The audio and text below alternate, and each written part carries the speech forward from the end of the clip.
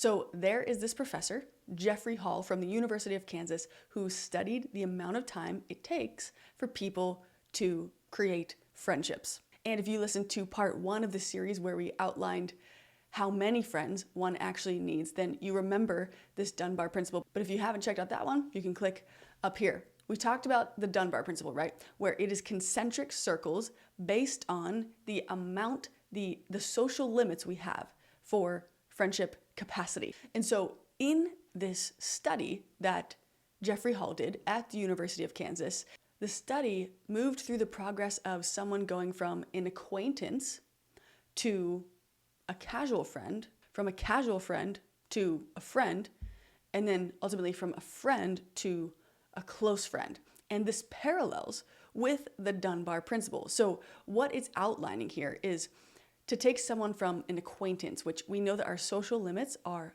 500 acquaintances in our life. So it's taking someone from this specific concentric circle and showing the progress in the amount of necessary hours it takes to move from the acquaintance circle up to the next rung, which is a meaningful contact in this case. So you go from where you can have up to 500 to the next rung up where you can have up to 150 meaningful contacts. And the study that Jeffrey Hall did revealed that it takes on average 50 hours of time together in order to move from the acquaintance bucket to the meaningful contacts bucket, which can also be considered a casual friend. Now, if 50 hours sounds daunting, just think about it this way. It's just 2 full days, right?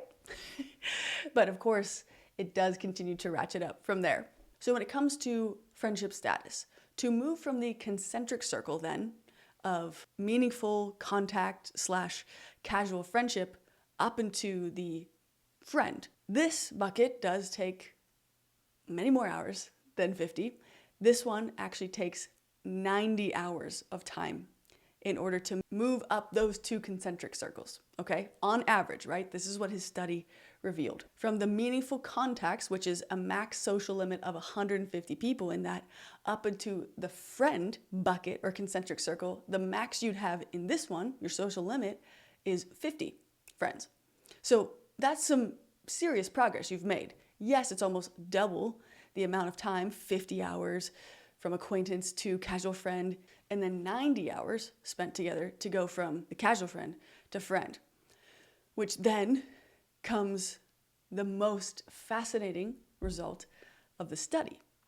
And it was what it takes in a calculated number of hours to move from friend, which your cognitive limit is 50, according to the Dunbar principle, and actually jump up into the second concentric circle, the second most important one.